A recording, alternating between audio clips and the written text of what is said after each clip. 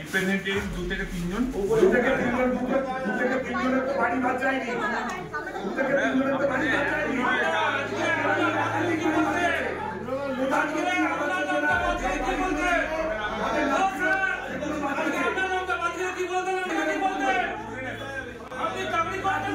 তো বাড়ি ভাত চাইনি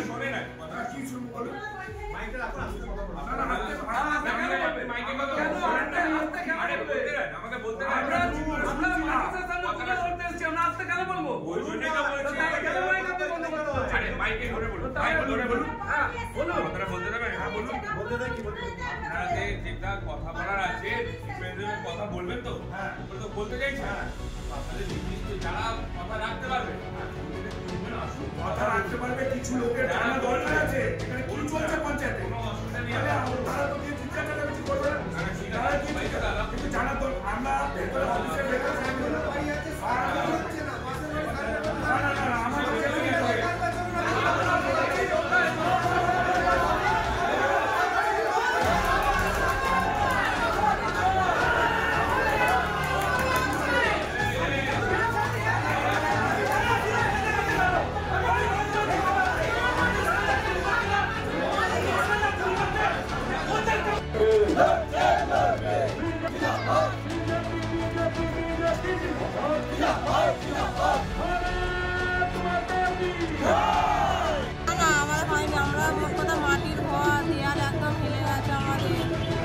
করছে সেসব বাচ্চাদেরকে নিয়ে আছি আমাদের যে গ্রামের প্রধান ওনাকে কতবার বলেছি আমরা কিন্তু উনি আমাদের দেখতে পাড়ার তো প্রধান গ্রামের প্রধান দেখতে তো পাচ্ছে কিন্তু যায়নি যে আমাদেরকে যে একটা তিরপল এই যে জল হলো এত বৃষ্টি হলো একটা তিরপল দিই সেটাও কোনোদিন আমাদেরকে দেয়নি আমরা অনেকবার গিয়েছি ওনার কাছে।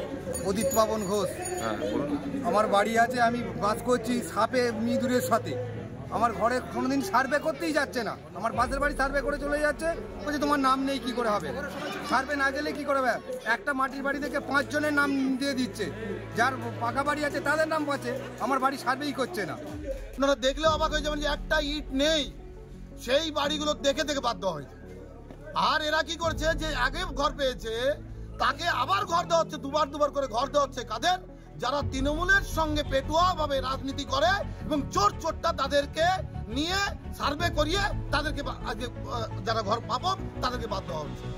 এই বাংলার অবস্থা এরকমই আছে যে যারা পাবে, যে গরিব মানুষ যাদের হকের জিনিস তারা পাচ্ছে না। পাচ্ছে কারা?